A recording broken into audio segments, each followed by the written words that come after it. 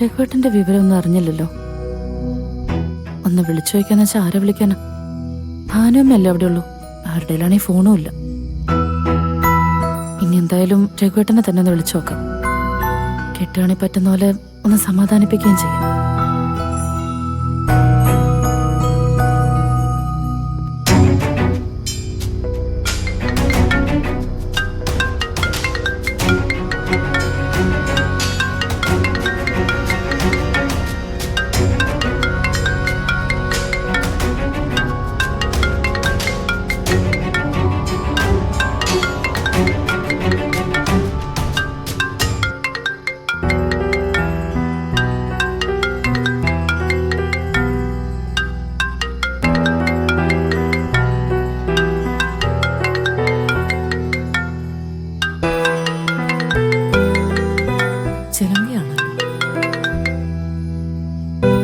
Hello.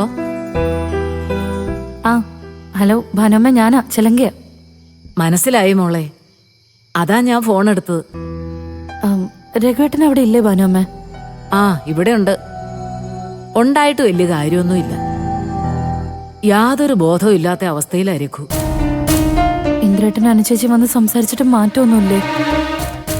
എന്തു മാറ്റം? രഘു എന്തോ തീരുമാനിച്ച മട്ടാണ്. അവന്റെ ഇപ്പോഴത്തെ രീതി കണ്ടിട്ട് എനിക്ക് പേടിയാവുന്നു. ഇങ്ങനെ പോയാ നമുക്കവനെ നഷ്ടമാകും. അനു ഇന്ദ്രനും കൂടി വന്നപ്പോ രഘുവിന്റെ മദ്യപാനം നിർത്താൻ വേണ്ടി ആയാലും ഇവിടെ ഇരുന്ന് കഴിക്കരുതെന്ന് പറഞ്ഞത് രഘുവിന് ഇഷ്ടപ്പെട്ടിട്ടില്ലെന്നാ തോന്നുന്നത്. നല്ല രീതിയിൽ മദ്യപിച്ചിട്ടാ കിടന്നുറങ്ങുന്നത്. ഇനി ബോധം തെളിയുമ്പോ എങ്ങനെ പ്രതികരിക്കുമെന്നറിയില്ല. ഇനിയിപ്പോ നമ്മൾ എന്ത് ചെയ്യും?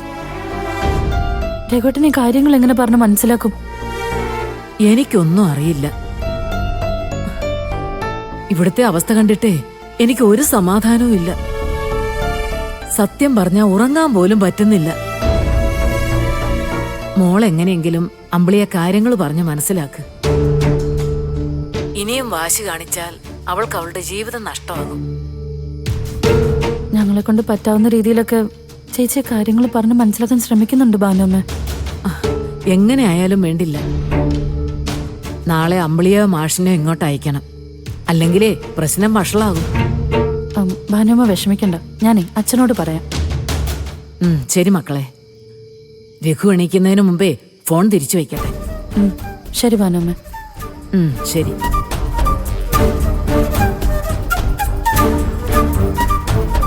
എന്റെ ദൈവമേ.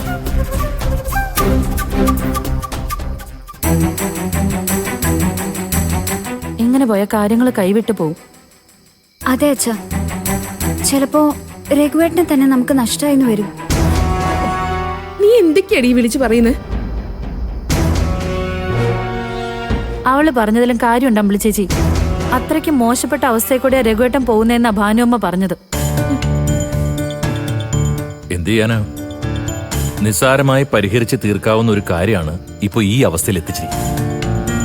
എന്റെ മരണശേഷവും നിങ്ങൾക്ക് രഘു താങ്ങായിട്ടുണ്ടാവുന്ന ഞാൻ കരുതിയത്. ആ അവനാ സ്വന്തം കാര്യം പോലും നോക്കാൻ ബോധമില്ലാത്ത അവസ്ഥയിൽ സ്വയം നശിക്കുന്നത്.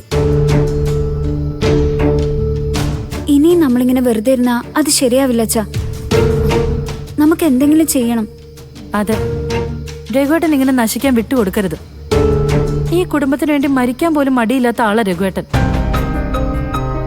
നീ എന്താ അമ്പിളി ഒന്നും മിണ്ടാത്തത്? ഇപ്പോഴും നിന്റെ വാശി തീർന്നില്ലേ? ഇപ്പൊ നീയാ ജയിച്ചിരിക്കുന്നത്. രഘു നിന്റെ മുന്നിൽ തോറ്റു കഴിഞ്ഞിരിക്കുന്നു. അച്ഛനും കൂടി എന്നെ വേദനിപ്പിക്കാൻ നോക്കാണോ?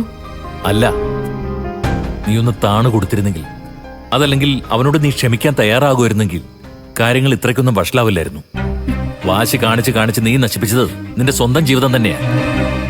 മദ്യപിച്ച അബോധാവസ്ഥയിൽ അവിടെ ഇവിടെ കിടന്ന് നശിക്കുന്നത് നിന്റെ കുഞ്ഞിന്റെ അച്ഛനാ.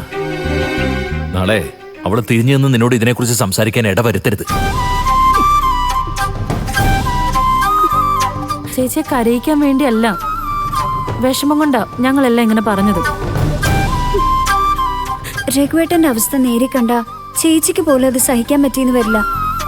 അത്രയ്ക്ക് മോശം അവസ്ഥയിലാണെന്നാ ഭാനുമ്മ പറഞ്ഞത്. ഞാൻ എന്തായാലും നാളെ രഘുവിനെ നേരിൽ പോട്ടൊന്ന് കാണാം, കണ്ട് സംസാരിക്കാം.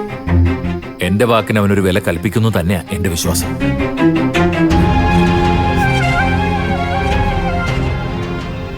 അച്ഛൻ്റെ കൂടെ ഞാനും വരുന്നുണ്ട്. സത്യമാണ് ഈ പറയുന്നത്.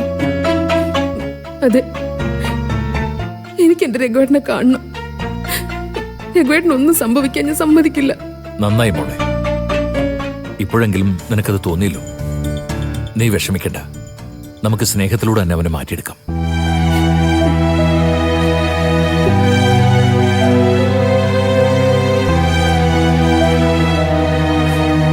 മോള് വിഷമിക്കണ്ട, അച്ഛൻ കൂടെ ഉണ്ടോ?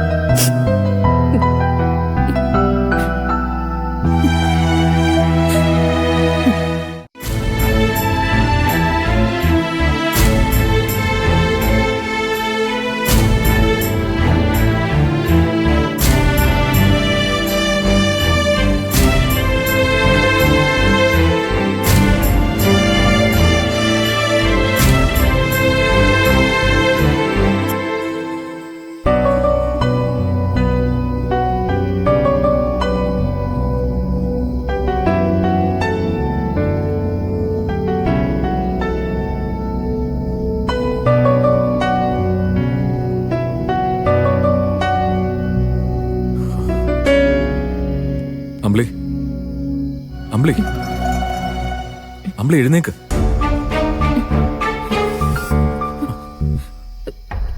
ഇതെന്താ? അച്ഛനും ചീരൊക്കെ അപ്പുറത്തുണ്ടല്ലോ.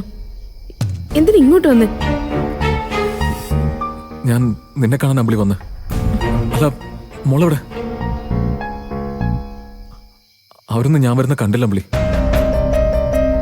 നിന്നെ മോളെ കണ്ടിട്ട് ഞാൻ ഉടനെ അങ്ങ് പൊക്കോളാം. ഞങ്ങൾ ഇതന്നെ കാണുന്നേ. ഏതോ ഒരുത്തെ നിങ്ങളെ തഴഞ്ഞെന്നും പറഞ്ഞ് അവളെ ഓർത്ത് നിങ്ങൾ കുടിച്ച് ചാവാൻ തീരുമാനിച്ചിരിക്കുകയാണെന്നാണല്ലോ കേട്ടത്. അതാ അമ്പിളി നിന്റെ തെറ്റിദ്ധാരണ. ഞാൻ കുടിക്കുന്നതേ എനിക്ക് നിന്നെയും മോളെ നഷ്ടപ്പെടുമെന്ന് ഓർത്തുള്ള വിഷമത്തില.